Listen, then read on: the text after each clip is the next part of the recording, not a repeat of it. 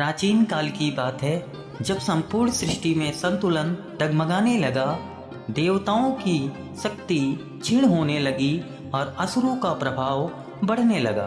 पृथ्वी पर धर्म कमजोर पड़ रहा था और अधर्म अपने पैर पसार रहा था।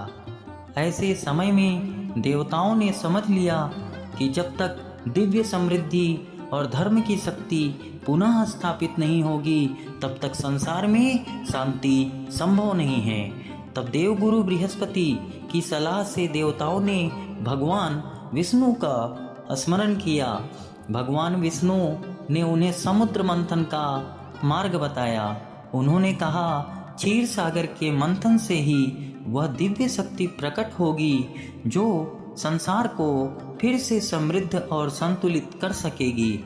यह सुनकर देवता और असुर दोनों ने मिलकर समुद्र मंथन का निश्चय किया।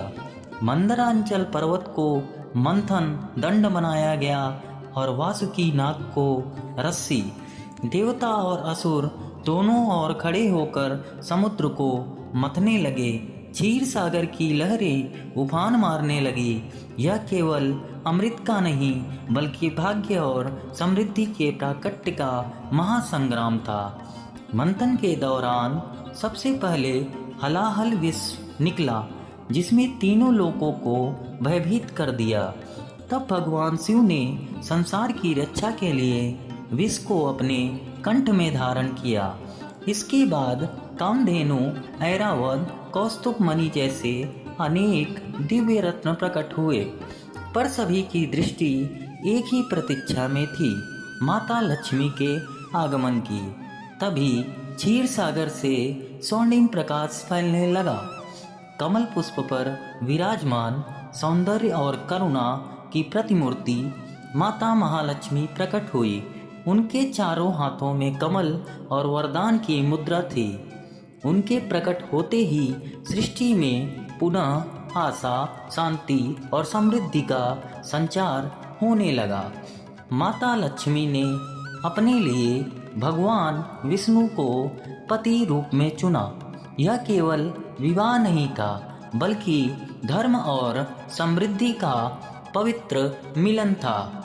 लक्ष्मी और नारायण के इस योग से संसार में स्थिरता, मर्यादा और वैभव की स्थापना हुई। माता लक्ष्मी ने स्पष्ट कर दिया कि वे वहीं निवास करेंगी जहां धर्म, सत्य, करुणा और परिश्रम होगा।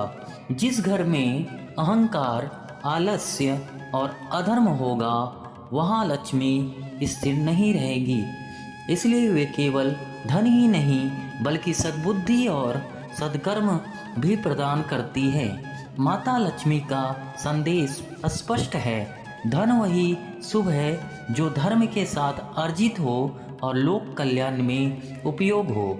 सच्ची समृद्धि वही है जहाँ संतोष और सेवा और भक्ति हो।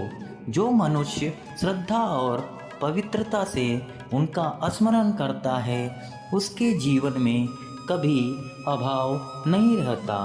ओम श्री महालक्ष्मी नमः। माता लक्ष्मी हम सब पर अपनी कृपा बनाए रखें। जय श्री महालक्ष्मी। दोस्तों, ऐसी ही अमेजिंग स्टोरी पाने के लिए हमारे चैनल को लाइक, सब्सक्राइब ज़रूर करें। जय श्री महालक्ष्मी।